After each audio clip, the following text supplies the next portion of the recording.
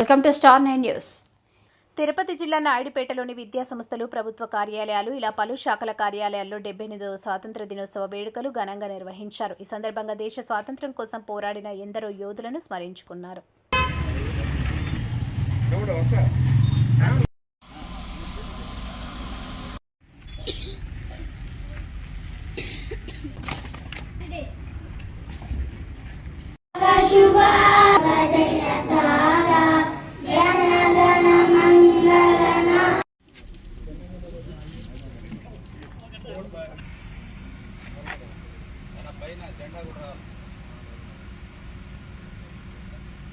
దినోత్సవ శుభాకాంక్షలు తెలియజేసుకుంటున్నాను.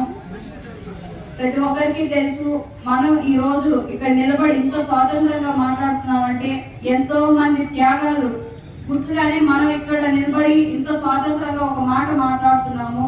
ఆ త్యాగమూర్తులను ఈ రోజు స్మరించుకోవడము చాలా సంతోషంగా ఉంది. వాళ్ళు చేసిన త్యాగాలు ఎప్పటికీ కూడా మరవలేనిటివి.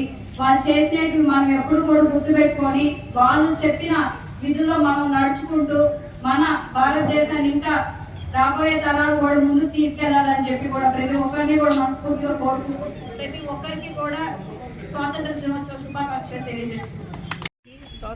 శుభాకాంక్షలు తెలియజేసుకుంటున్నాము. ఈరోజు యావత్ భారతదేశం అంతా మన స్వాతంత్ర దినోత్సవ వేడుకలు జరుపుకుంటున్నామంటే, ఇంత సంబరాలు చేసుకుంటున్నామంటే కారణం ఎందరో మహావీరుల వాళ్ళ యొక్క త్యాగ ఫలితమే ఈరోజు మనం స్వేచ్ఛగా ఎంతో పండగ వాతావరణాన్ని సృష్టించుకొని మన భారతదేశం అంతా జరుపుకుంటున్నాము.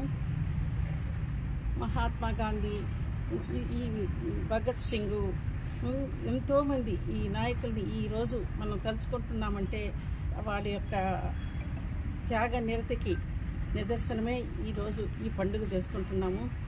పిల్లలందరూ ఆగస్టు 15 అనగానే స్వాతంత్ర దినోత్సవం ఎప్పుడు వచ్చిందంటే మనకి 1947 ఆగస్టు 15 తెలుసు కదమ్మా మీకు అందరికీ.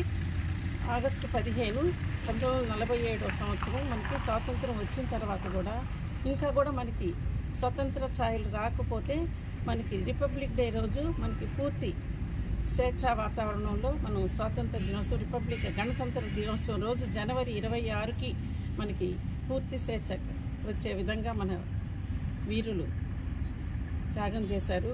ఈరోజు ఆ యొక్క స్వాతంత్ర దినోత్సవాన్ని స్మరించుకుంటూ ఈరోజు ఇక్కడ పిల్లలు అందరూ రావడము చాలా విశేషము. అందరికీ కార్యాలయం సిబ్బంది, పాత్రికేయులు, స్టూడెంట్స్ వచ్చినందరికీ నా ధన్యవాదాలు.